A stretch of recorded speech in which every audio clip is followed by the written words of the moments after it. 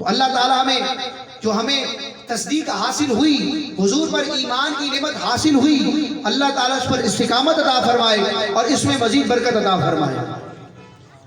اعلیٰ حضرت فرماتے انہیں جانا انہیں مانا، نہ رکھا خیر سے کام، للہ الحمد میں دنیا سے مسلمان گیا۔ بس میں نے حضور کو سچا جانا، حضور کو سچا مانا، حضور ہی کو اپنا سب کچھ جانا، حضور ہی کو اپنا سب کچھ مانا، کسی دوسرے سے مجھے کوئی غرض و سروکار ہی نہیں رہا، کوئی کیا کہہ رہا ہے مجھے کوئی پرواہ نہیں ہے۔ للہ الحمد، اللہ کے لیے حمد ہے، اللہ کا شکر ہے کہ میں اسی حالت میں دنیا سے مسلمان گیا۔ صحابہ کرام کو دیکھیں کہ سرکار علیہ السلام کی ذات اقدس کے حوالے سے کتنے سنجیدہ تھے۔ انسان کو دنیا میں کئی چیزیں محبوب ہوتی ہیں، ان محبوب اور پیاری چیزوں میں سے سر فہرست 3 چیزیں ہیں۔ ایک ہے انسان کی جان، ایک ہے انسان کا مال، اور ایک ہے انسان کے اہل و عیال،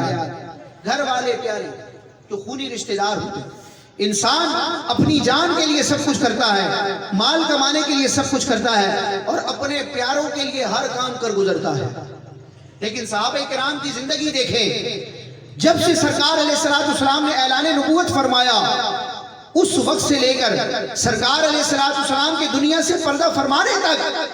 بلکہ صحابہ کے دنیا سے جانے تک، ہر صحابی نے سرکار علیہ السلام کی عظمت و شان کی خاطر